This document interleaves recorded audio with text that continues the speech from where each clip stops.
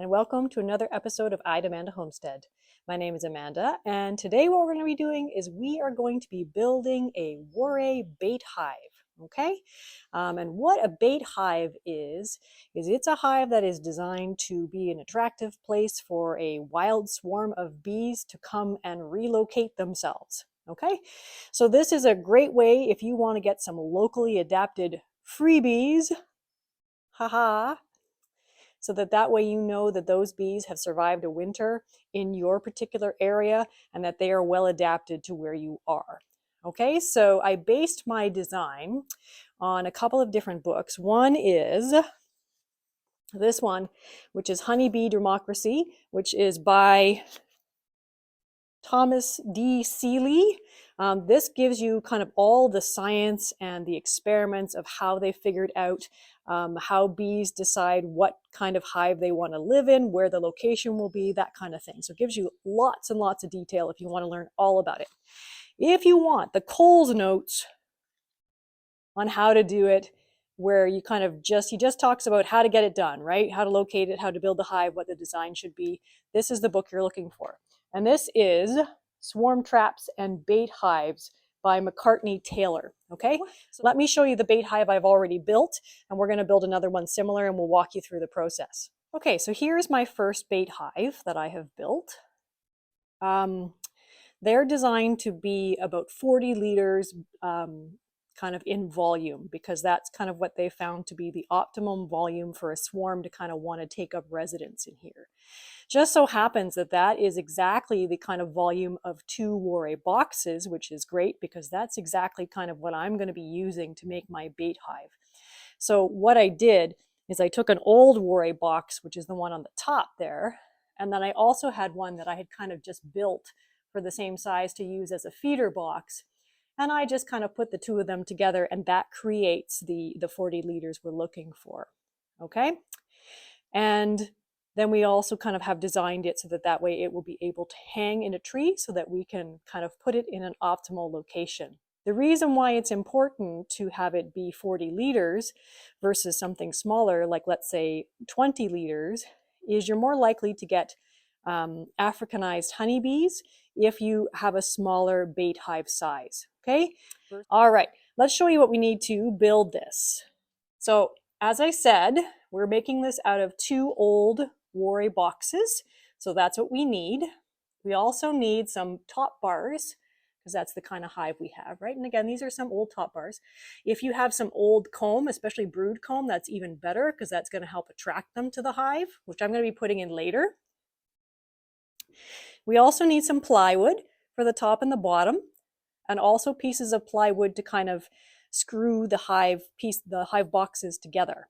So the tools that we're going to need, you're going to need a drill, and you're going to need on that drill a spade bit. Okay, you're going to need a spade bit of at least 1/2 inch, and then you want the hole in the front to actually be 1.5 to 1 3/4 of size around for the bees.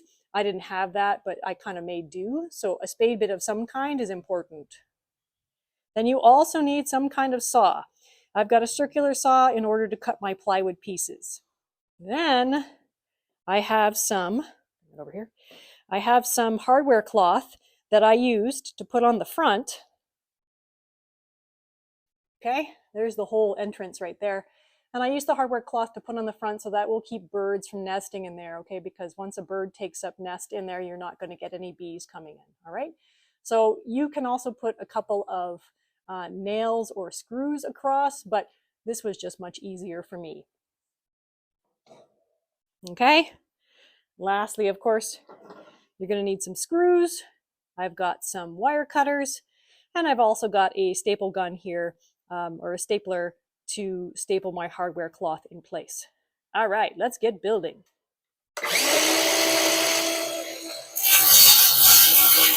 So I first just cut 2 pieces that I'm going to use to screw the hive boxes together. And you can kind of cut them whatever size you want. As far as thickness goes, they just need to be big enough to kind of screw those boxes together. You do want to use screws and not nails, because this is going to be pretty heavy. Also, when the bees actually come into the hive, you want to be able to detach these two boxes from each other so that that way you can put the top box right into the hive. So it's important to use screws because if you use nails, you won't be able to get them apart. Okay, and I'm using screws that are 1 5/8 of an inch. Not too big, so that they're not too hard to get out.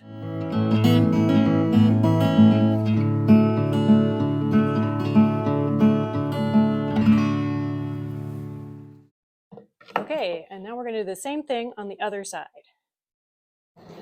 Okay, so now we've created our 40-liter box. What we want to do now is create a top and a bottom for it. So I've got some plywood here. That's just kind of some waste pieces from another project. Nice thing about this is it doesn't have to be super precise. Just take your handy dandy pencil, run it along, and that is going to be the size of my base. And then we just cut it out. Make sure you know how to use a circular saw before you do this. Okay. So I'm going to flip this upside down and screw that on.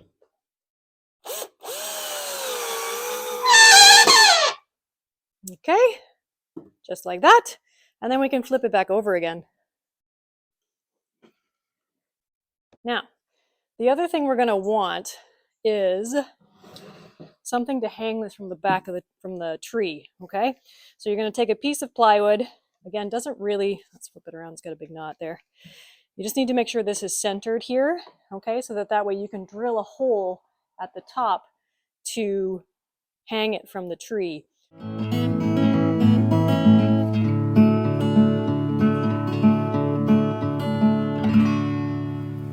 Okay, so now we have got our box. We've got back that we're going to use to drill a hole to hang it to the tree.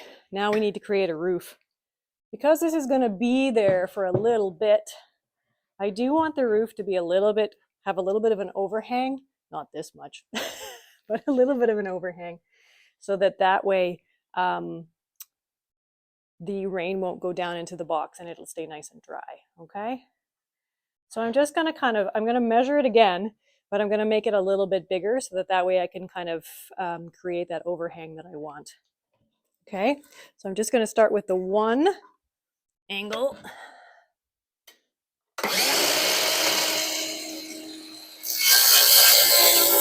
I just marked kind of where the edge of the box is, and then I'm just going to kind of cut outside the line here to make sure that there's a bit of an overhang.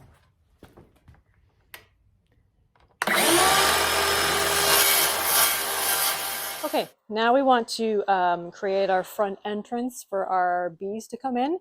So again, we want that to be about 1 inch to 1 3/4 inch. If you happen to have a really big spade bit, you could do it kind of as a big round circle. I don't, so what I'm going to do is I'm going to take my 3/4 inch spade bit and I'm going to kind of drill 2 holes side by side so it forms kind of like an oval entry. And again, try and make this relatively in the center. Okay, there you can see that the kind of entrance hole that I've made. It's not perfect, but it definitely will do. Okay, so now what we're going to do is we're going to cut that hardware cloth into a square about that big, and then we'll staple it on.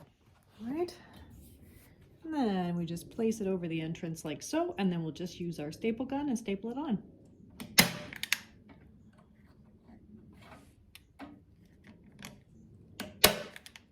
All right, and there you can see that the entrance that will be for our hopeful swarm that will come in there, and that birds or anything else can't get in. Now what we're going to do is turn it around.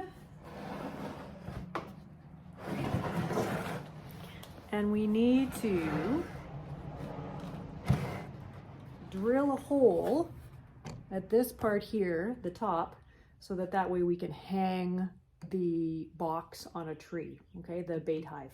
So what we want is another one of those spade bits, and this one can be 1/2 inch. So again, we're going to make sure it's centered.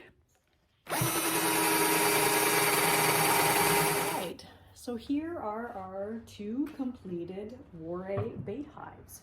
Now I haven't screwed the lids on yet, because once you do that, you can't do anything else, because right before I hang these up, I want to put some old pieces of comb that I have in there.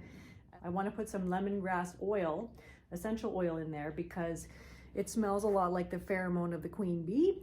And so that really encourages the scout bees to choose this as a location. But I don't want to do that until right before I hang these hives. So I won't do that until a little bit later. And then we'll screw these into place, okay? And then show you kind of how we pick a location for these bait hives. So thank you for joining me on another episode of I Demand a Homestead. If you like this video, please feel free to press the subscribe button as well as the notification bell, so that way you won't miss another one of my videos. In our next kind of part of this series, we'll show you kind of how we pick the location for the bait hives and how to hang them. All right, everyone, have a great day, and we'll see you soon. Bye-bye.